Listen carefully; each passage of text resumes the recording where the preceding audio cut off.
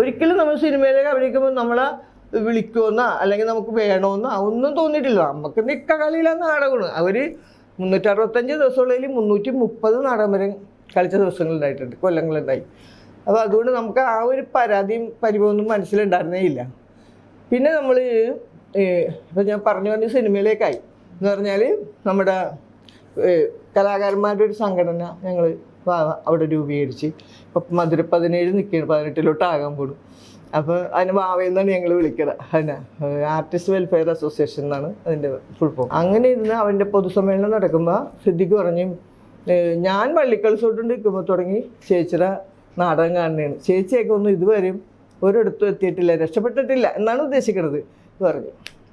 അങ്ങനെ പറഞ്ഞ് അപ്പോൾ ബെന്നിക്കും അതൊരു കേട്ടപ്പോൾ ഒരു പ്രയാസമായി. ഞാൻ ഇത്ര സിനിമ ചെയ്തിട്ട് ഞാൻ പൗൾ ചേച്ചനൊന്നും വിളിച്ചിട്ടില്ലല്ലോ എന്ന് ഓർത്തിട്ടുണ്ടാകണം. അങ്ങനെ എന്തോ പിന്നത്തെ സിനിമ അണ്ണൻ തമ്പി ചെയ്തപ്പോൾ എന്നെ വിളിച്ച്. അണ്ണൻ തമ്പിയാണ് ആദ്യം ചെയ്തത്, അതും മമ്മൂട്ടിയുടെ കൂടെ തന്നെ ചെയ്യാൻ പറ്റി.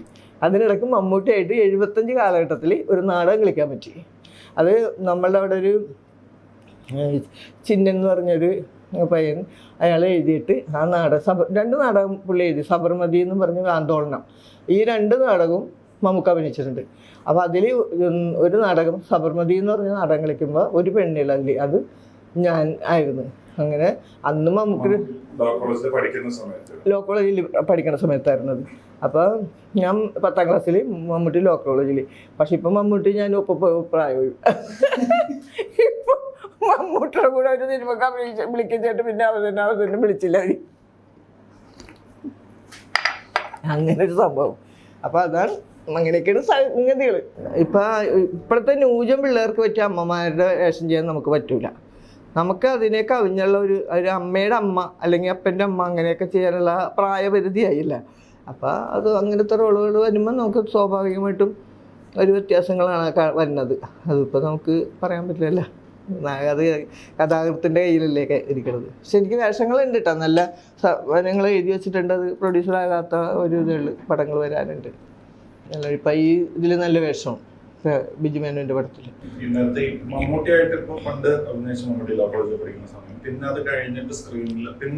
പിന്നെ അണ്ണൻ തമ്പിക്കാ കാണുന്നത്. പിന്നെ ഭീഷ്മർവത്തിന് മുമ്പ് മംഗ്ലീഷ് ചെയ്ത്, പിന്നെ ഈ വേറൊരു 2-3 അച്ചാദ്യം ചെയ്ത്, പിന്നെ ഇതാണ് പ്രൈസ്ലോട് ആ പടങ്ങൾ ചെയ്ത്. അങ്ങനെ കുറച്ച് പടങ്ങൾ ചെയ്ത്, 3-4 പടങ്ങൾ ചെയ്ത്. പിന്നെ ലാസ്റ്റും ഭീഷ്മർവം ചെയ്ത്.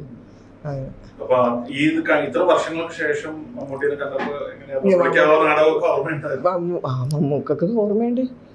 മമ്മൂക്ക ഈ സിനിമയിലേക്ക് വന്നു കഴിഞ്ഞതിന് ശേഷം ഈ മനോരമയിലൊരു ഇത് വരുമല്ലോ, ഒരു നടനെ പറ്റിയൊക്കെ എഴുതുമല്ലോ. അങ്ങനെ എഴുതിയ സമയത്ത് മമ്മൂക്ക എഴുതിയിട്ടുണ്ടായിരുന്നു സബർമതി എന്ന് പറഞ്ഞ നാടകത്തിൽ ഞാൻ അഭിനയിച്ച. അതിൽ പൗളി എന്ന് പറഞ്ഞൊരു നടിയായിരുന്നു. എന്നിട്ട് ആ ക്ലബിൽ നിന്ന് ഫോട്ടോ എടുത്തിട്ട് ഈ ഇതിൽ കൊടുത്തിട്ടുണ്ടായിരുന്നു. അങ്ങനെ ആ ഫോട്ടോ എൻ്റെ അടുത്തുണ്ടായി, മമ്മൂക്കയുടെ അടുത്തുണ്ടായിരുന്നു അന്ന്. മമ്മൂക്കയുടെ അടുത്ത് ഇപ്പോഴും ഉണ്ടാവും ഫോട്ടോ. എൻ്റെ അത് ചീത്തയിപ്പോയി. അങ്ങനെ അത് മമ്മൂക്കൊക്കെ വല്ല ഓർമ്മ. മമ്മൂക്ക ഈ ഞാൻ മമ്മൂക്കയുടെ അടുത്തേക്ക് ചെന്നില്ല, കാരണം എന്നെ ചിലപ്പോൾ മനസ്സിലാവില്ലായിരുന്നു. ഞാൻ വല്ലാത്തൊരവസ്ഥയിൽ ഇരിക്കണമായിരുന്നു അന്ന്. അപ്പം ഞാൻ അടുത്തോട്ടൊന്നും ചെന്നില്ല. മമ്മൂക്ക വേഗം ഡയലോഗ് പറഞ്ഞപ്പോൾ മമ്മൂക്ക പറഞ്ഞു അതൊരു അറിയാവുന്ന ഒരാളാണല്ലോ എന്ന് പറഞ്ഞു. നാടകത്തിലെല്ലാം വരിക. അപ്പോൾ സിദ്ദിഖ് പറഞ്ഞു അത് ഞങ്ങളുടെ പൗളിച്ചാണ്.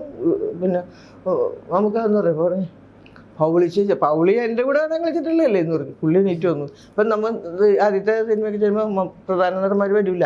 ഇതാണ് കേട്ടോ പ്രധാന നടൻ്റെ മുഖം എന്ന് പറയാൻ കാണിക്കണം.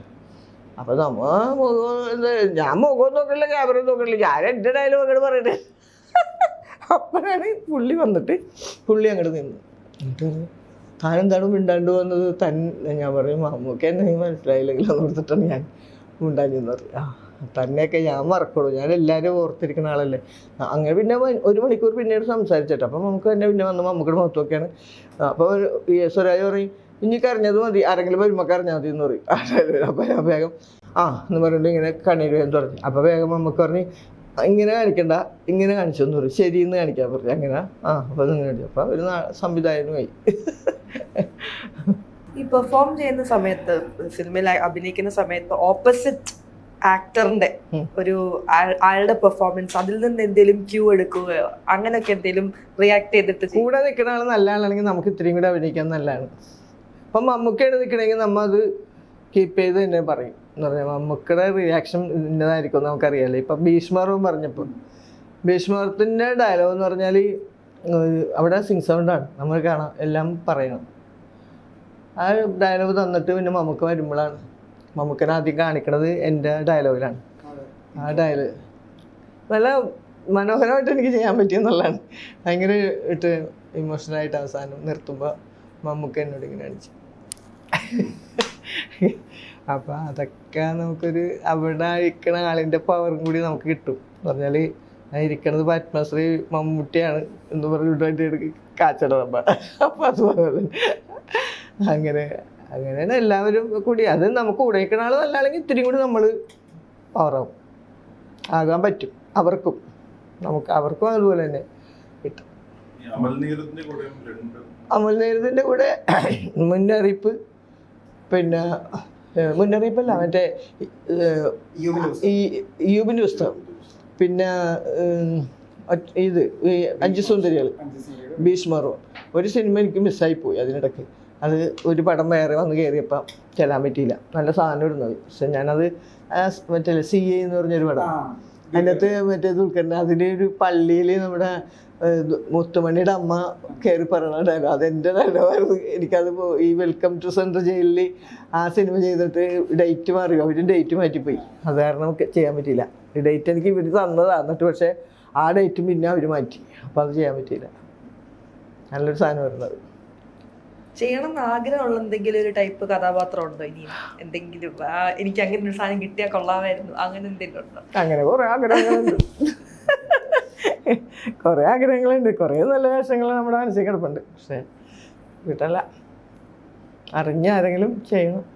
അങ്ങനെ എന്തെങ്കിലും ഉണ്ടോ? കിട്ടിക്കഴിഞ്ഞാൽ തകർക്കും എന്ന് എനിക്ക് അത് ഉറപ്പുണ്ട്. ഇപ്പൊ കോമഡി ആയാലും സീരിയസ് ആയാലും ഏതായാലും കിട്ടിയാൽ നമ്മൾ തകർക്കും, ചെയ്യും അതനുസരിച്ച്.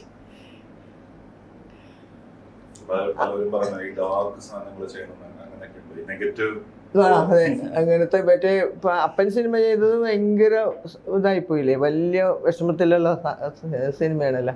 എന്നാൽ അതിൻ്റെ അകത്ത് എല്ലാം കാണിക്കാൻ പറ്റിയല്ല. അപ്പം അങ്ങനത്തെ വേഷങ്ങൾ ആരെങ്കിലും എഴുതിയാൽ നമ്മൾ ചെയ്യും. എന്തായാലും കുഴപ്പമില്ല. വില്ലത്തി ആയാലും കൊള്ളാം, തമാശ ആയാലും കൊള്ളാം, സീരിയസ് ആയാലും കൊള്ളാം. അതെ, ഡാഗിനി ചെയ്തല്ല, ഡാഗിനിയിൽ വില്ലത്തി ആയിട്ടല്ല. അങ്ങനെയൊക്കെ ചെയ്താൽ റൊമാൻസും ഉണ്ട് എല്ലാം. മറ്റേ വയസ്സൻ റൊമാൻസാണ്. റൊമാൻസൊക്കെ ചെയ്യും ഞാൻ അടിപൊളിയായിട്ട്. പൈസ ആയാലും ഇനി ചെയ്യാമല്ലോ. ഈ മയം എന്ന് പറഞ്ഞാൽ ഈ IT വഴി കിട്ടിയതാണ്.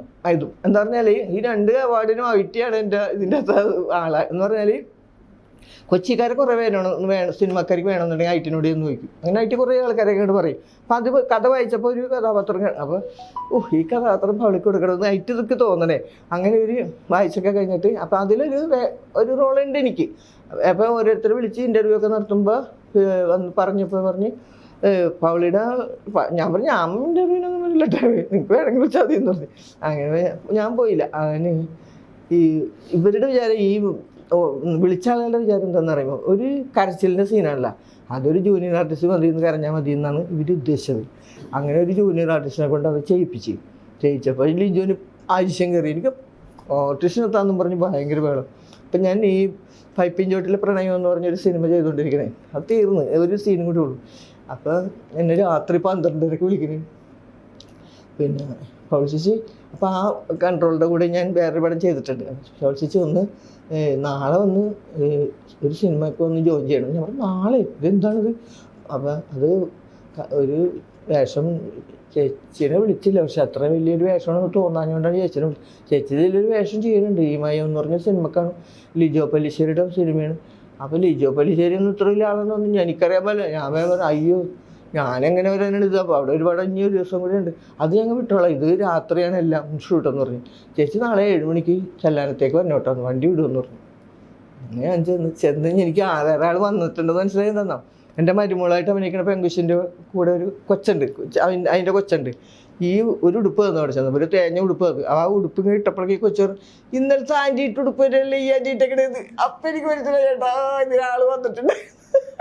പക്ഷേ ചെയ്ത് വന്നപ്പോൾ ഉണ്ടല്ലോ ലിജോനെ അങ്ങോട്ട് ഭയങ്കര ഇഷ്ടപ്പെട്ടു. അവിടെ എന്ന് പറഞ്ഞാൽ എല്ലാം ഡയലോഗ് കാണപ്പെട്ട് പഠിക്കണം. അപ്പം നമ്മൾ 5 പേര് കൂടിയുള്ള സീനാണെങ്കിൽ 5 പേരും കൂടി ഇരുന്ന് വട്ടം വളഞ്ഞിരുന്ന് പഠിച്ച് ഓക്കെ ആയിട്ടാണ് 2 ക്യാമറ ഉണ്ട്. നമ്മ ഒരു സാധനം അങ്ങാടത്തിൻ്റെയും കാണിക്കട്ടെ, കട്ടൂല, വെച്ചളകി കൊടുത്ത് പോയിട്ട്. നമ്മളിവിടെ കരഞ്ഞുകൊണ്ടിരിക്കുമ്പോൾ ആ പെങ്കൊച്ചു അപ്പം ആയാലും തരത്താരെ വിളിക്കാൻ ഓർഡർ ചെയ്ത് അത് വേറെ ക്യാമറ കൂടിയാണ്. അപ്പം നമുക്ക് കരയും ചെയ്യാം. അത് വെച്ച് അങ്ങനെയാണ് അങ്ങനെ പടം ചെയ്യാം.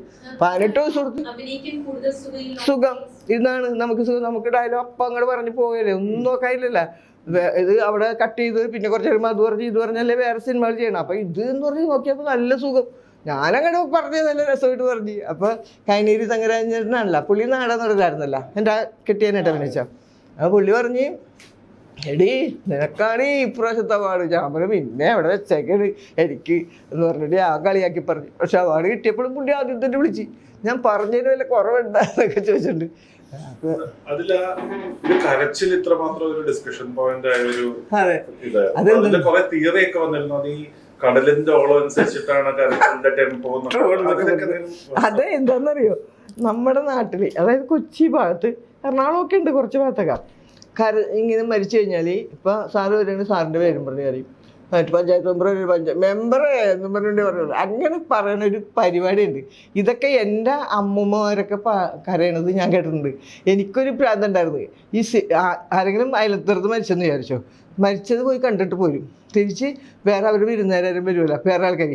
അപ്പം ഞാൻ പിന്നെയും ഓടും. അപ്പം അത് കേട്ടിട്ട് പിന്നെയും അവിടെ നിന്ന് അവരുടെ ഒപ്പം കരഞ്ഞ് സങ്കടമായി പിന്നെയും പോരും. പിന്നെയും ആരെങ്കിലും വരും, അപ്പോഴും ഞാൻ പോകും. അപ്പം എന്നെ വീട്ടിൽ നിന്ന് അമ്മ എനിക്ക് എന്തിൻ്റെ കേടാണ്, ആരെങ്കിലും പറഞ്ഞിട്ട് നീ എന്തിനാണ് അവർ വന്നിട്ടുണ്ടോന്ന് ചെല്ലട്ടെ ഉപയോഗിച്ചത് ചെയ്യ്. അവർ കരയുമ്പോൾ ഞാൻ അപ്പം തന്നെ കരയും, എന്നിട്ട് കരഞ്ഞു പോകും. എന്നിട്ട് കരഞ്ഞ് കഴിഞ്ഞ് തിരിച്ചു വരും. ഈ സാധനം എല്ലാം മനസ്സിൽ കിടപ്പുണ്ട്. കരയാൻ പറഞ്ഞപ്പോൾ ഉണ്ടല്ല, പദം പറഞ്ഞ് കരയാനാണ് ചേച്ചി കൊച്ചിക്കാരുടെ രീതിയിൽ ചേച്ചി പറഞ്ഞു എന്ന് പറഞ്ഞു. ഞാൻ കരഞ്ഞപ്പോൾ ഈ ഒരു സ്റ്റിക്ക് എടുക്കണ്ടതിൻ്റെ ഇടയ്ക്ക് ആ സാധനം വന്നപ്പോഴാണ് അടിപതറിപ്പോയി എന്ന് പറഞ്ഞാൽ ഇത്രയും സാധനം ഒത്തുവരുമെന്ന് ഞാൻ വിചാരിച്ചിട്ടുണ്ടായിരുന്നില്ല. ലിജോ വേഗം ഇത് കഴിഞ്ഞ് ഇത് 11 ദിവസത്തെ പിച്ചിൽ കരഞ്ഞാണേ. മഴയും വെയിലും എല്ലാം കൊണ്ടിട്ട് അത് രാത്രി ഷൂട്ട് മുഴുവനും. രാവിലെ സന്ധ്യയ്ക്ക് 7 മണിക്ക് തുടങ്ങിയാൽ 5 മണിക്ക് തീരണേ, ഇങ്ങനെ ഷൂട്ട് അവിടെ. പക്ഷെ അത് കരച്ചിലെന്ന് പറഞ്ഞാൽ നമ്മൾ തുടങ്ങിയ ഒരു ഇത്തിരി കഴിഞ്ഞ് കഥാപാത്രം മരിക്കണേന്. ഇയാൾ കണ്ടൊക്കെ പോയിട്ട് വേറെ ഒരു സ്ഥലത്തൊരു പെണ്ണുമ്പിള്ള ഉണ്ടല്ലോ, അവിടെ ചെന്നൊക്കെ പോയിട്ട് വന്ന് തിരിച്ചു വരുമ്പോൾ അതിൽ കൂടെ തല്ലുപിടിച്ചെല്ലാം കഴിഞ്ഞിട്ട് പിന്നെ താറാവിനെ കൊണ്ടാണ് വന്നത്. ആ താറാവ് കറി വെക്കാനായിട്ട് പപ്പും പുഴ മുറിക്കുന്ന സമയത്ത് കറി ഇങ്ങനെ ശരിയായിക്കൊണ്ടിരിക്കുന്ന സമയത്ത് അപ്പനും മോനും കൂടി കുടിച്ചിരുന്നിട്ട് അവിടെ വെച്ചാണ് വീണ് പുള്ളി മരിക്കണം. അപ്പം അത്രയും കരയണം. 11 ദിവസം കരഞ്ഞാൽ കരച്ചിൽ. 11 ദിവസം ഒരു സ്വരം പോലും മാറിയില്ലെന്നുള്ളതാണ്. അതൊരു ഭയങ്കര ഇല്ല. അതിനിടയ്ക്ക് മഴയും കൊള്ളണല്ലേ, തല്ലും ബഹളവും ഒച്ചപ്പാടും ഒക്കെ. അങ്ങനെയാണ് ആ കരച്ചിൽ. അത് എൻ്റെ കയ്യിലുള്ള കരച്ചിലായിരുന്നത്. അത് കഴിഞ്ഞാൽ അത് ഡബ് ചെയ്യാൻ പോയല്ല. ഡബ് ചെയ്യുമ്പോൾ ഇവള് കരച്ചിലെന്ന് പറഞ്ഞാൽ വെറുതെ കരണല്ലേ, നമ്മ ഉള്ളിൽ കൊണ്ട് തന്നെ കരയണേന്. അപ്പം കണ്ണീര് ഒഴുകണേണ് കരച്ചിൽ വരുമ്പോൾ. അപ്പം ഡബ് ചെയ്യുമ്പോഴും കരയണേന് ഞാൻ. അപ്പം ലിജോ കഴിഞ്ഞ് പുറത്തോട്ടിറങ്ങിയപ്പോൾ എന്നെ കെട്ടിപ്പിടിച്ചിട്ട്, ഞാനൊരു ഫീമെയിലിനെ ആദ്യമായിട്ടാണ് കെട്ടിപ്പിടിക്കണത്. ചേച്ചി എന്ന് സമ്മതിച്ചിട്ട് കേട്ടാന്ന് പറയും. അങ്ങനെ എല്ലായിടത്തും എന്നെപ്പറ്റി പറയുമായിരുന്നു കേട്ടോ ലിജോ. അങ്ങനെ ചെയ്യാൻ പറ്റിയൊരു വേഷമായിരുന്നു അത്. എൻ്റെ നാടിൻ്റെ നന്മയെന്ന് ഞാൻ പറയുള്ളൂ അത് അവാർഡ് എന്ന് പറഞ്ഞാൽ. നാട്ടുകാരെല്ലാവരും എങ്ങനെ അറിയണം. ഇപ്പം ആളുകൾക്കൊക്കെ നാണമായി തുടങ്ങി. ഞാനിത് കരഞ്ഞ് പറയും അവിടെ ഓഡിയൻസ് എല്ലാവരുടെ അടുത്ത് ചെല്ലുമ്പേ പറഞ്ഞാൽ മതി, ഇനി മേലെ ലീവ് വേഷക്കെട്ട് അടിക്കരുത്, ആൾക്കാർ സിനിമ വരെ എടുത്ത് അതുകൊണ്ട് ഒത്തിരി ഒതുക്കി കരയണ്ടോട്ടാണ്. അങ്ങനെയാണ് അത് കരച്ചിലിൻ്റെ സംഭവം ഉണ്ടായത്. നമ്മുടെ കയ്യിലുണ്ടായിരുന്നു സാധനം, മനസ്സിലുണ്ടായിരുന്നു. അപ്പം അത് അവനെ പോയിട്ടാ എന്നൊക്കെ ഇങ്ങനെ പറഞ്ഞ പോലെയല്ല. പിന്നെ അപ്പം പറയട്ടെ എന്നത്. അപ്പം പിന്നെ വഴക്കിട്ട ആൾക്ക് അപ്പം ഈ ബന്ധുക്കാരായിട്ടുള്ള വഴക്കിൻ്റെ പ്രശ്നമുണ്ട്. അപ്പോൾ അവർ വരാറില്ല. മരിച്ചെന്ന് പറഞ്ഞപ്പോൾ വരുമല്ലോ എല്ലാവരും. അങ്ങനെ മരിച്ചപ്പോൾ വന്നേക്കുന്നത്. അപ്പം വഴക്കിട്ട ആൾക്കാരൊക്കെ വന്നിട്ടുണ്ട്. അപ്പനെന്താണ് ഇപ്പം ഒന്നും മിണ്ടാത്തത്? ശ്രീധനത്തിൻ്റെ കാര്യത്തിൽ അപ്പന് പരാതിയൊന്നും ഉണ്ടായിരുന്നില്ല എൻ്റെ പൊന്നു. അപ്പോൾ അതാണ് അതിൻ്റെ ആ ടോണിൻ്റെ വ്യത്യാസം. അതിലാണ് ഈ ആൾക്കാർ സത്യം പറഞ്ഞിട്ടുണ്ടെങ്കിൽ ഇത് ഓഡിയൻസൊക്കെ അത് ചിരിക്കുമെങ്കിലും ഉണ്ടല്ല, പിന്നെ കരയും. നമ്മൾ തന്നെ അയാളുടെ ദേഹത്തേക്ക് പന്തലും എറിഞ്ഞു വീഴുന്നതൊക്കെ എന്ന് പറഞ്ഞാൽ ചിന്തിക്കാൻ പോലും പറ്റില്ല. അതുപോലത്തെ ഞാൻ ശരിക്കും പറഞ്ഞാൽ ഒരു നമ്മുടെ വീട്ടിൽ കിടക്കണ പോലെ എനിക്ക് തോന്നിയുള്ളൂ. അത്ര ഭയങ്കരമായിട്ട് ഫീൽ ചെയ്തിട്ടാണ് ഞാൻ അഭിനയിച്ചത്. എനിക്ക് അങ്ങനെ ആയിപ്പോവും ഞാൻ അഭിനയിക്കുമ്പോഴേ. സങ്കടം ഉണങ്ങി അത് സങ്കടത്തിലേക്ക് അതിൽ വരും. അങ്ങനെ ഒരു ഇതുണ്ട്, ദൈവം തന്നൊരു കൃപ. അതുകൊണ്ട് അങ്ങനെ വരുന്നതായിരുന്നത്. ഇതേപോലെ തന്നെ ഇതിൽ ഇനി ഇപ്പോ ഇമായുനേക്കാളും കുറച്ചുകൂടി കോംപ്ലിക്കേറ്റഡ് ആയ റോളായിട്ട് നമ്മുടെ അപ്പൻ്റെ അപ്പൻ. റോള് തോന്നി. അതിന്റെ ഒരു എക്സ്പീരിയൻസ് എങ്ങനെയായിരുന്നു? അപ്പൻ സിനിമ എന്ന് പറഞ്ഞാല് അത് പിന്നെ എനിക്ക് വേണ്ടി എഴുതിയ കഥാപാത്രമുണ്ടത്. അത് അങ്ങനെ ചെയ്യാൻ എനിക്ക് പറ്റിയെന്നുള്ളതാണ്. ഇത്രയും ദുഷ്ടത അറിഞ്ഞ ഒരു മനുഷ്യൻ്റെ കൂടെ ജീവിക്കാന്ന് പറഞ്ഞാൽ ആ കഥാപാത്രം ഭയങ്കര. ഫസ്റ്റ് തന്നെ വീട്ടിൽ പോയിട്ട് അപ്പം മരിച്ചിട്ട് പോകട്ടെ എന്ന് ചോദിക്കുമ്പോൾ ഇയാളെ നീ പോയാൽ നീ പോയിക്കോ, ഞാനിവിടെ വേറെ ആളാ. അപ്പം അത് മക്കളോട് പറഞ്ഞേ, അമ്മ എന്തിനാണ് ഈ അപ്പനെ കെട്ടിയതെന്ന് എന്ന് ചോദിക്കുക അവർ മരുമക്കൾ. അപ്പം നിനക്കൊക്കെ അറിയണോ, പോയിട്ട് അപ്പം മരിച്ചത് അറിഞ്ഞിട്ട് ഞാൻ പോകാൻ പോയിട്ട് പറ്റേന്ന് പറഞ്ഞപ്പോൾ ഇങ്ങോട്ട് പറഞ്ഞു എന്താണെന്നറിയാം, നീ പോയിട്ടോ, അപ്പം ഞാൻ വേറെ ഇവിടെ ആളുണ്ടാകും, അങ്ങനെയാണ് പറഞ്ഞത് എന്ന് പറയും. അപ്പോൾ അത് കഴിഞ്ഞിട്ട് പിന്നെ വീട്ടിലേക്ക് പോകാറുന്നില്ലെന്ന് ചോദിക്കും. അമ്മ ഇതിനെ ഉപേക്ഷിച്ചിട്ട് പോകാൻ പറ്റില്ലായിരുന്നു, വീട്ടിൽ പോയിട്ട് എന്തിനാണ്, ഇതിനും വലിയ പ്രാരാബ്ദമുണ്ട് അവിടെ, ആരും ഇല്ലാത്തതായിട്ടാണ് പറഞ്ഞാൽ ഇങ്ങനെയൊക്കെ ജീവിക്കണം എന്നൊക്കെ പറഞ്ഞാൽ അങ്ങനെയുള്ള കുറേ ഡയലോഗ്സ് ഉണ്ടല്ല. അതൊക്കെ വരുമ്പോൾ നമുക്ക് മാനസികമായിട്ട് അങ്ങോട്ട് വന്നോളൂ. ജീവിതത്തിൽ ആ അനുഭവങ്ങളൊന്നും ഉണ്ടായിട്ടല്ല, അല്ലാണ്ട് തന്നെ നമുക്ക് മറ്റുള്ളവരുടെ ഒരു ഇതൊക്കെ മനസ്സിൽ വരുമല്ലോ നമുക്ക്. അതുകൊണ്ട് ആ സമയത്ത് കരഞ്ഞു പോകും, കണ്ണീരൊക്കെ എനിക്ക് ഗ്ലിസറിനിടാറില്ല, കരച്ചിൽ വരുമ്പോൾ കരഞ്ഞു പോകും, ഉൾക്കൊണ്ട് പറഞ്ഞാൽ മതി.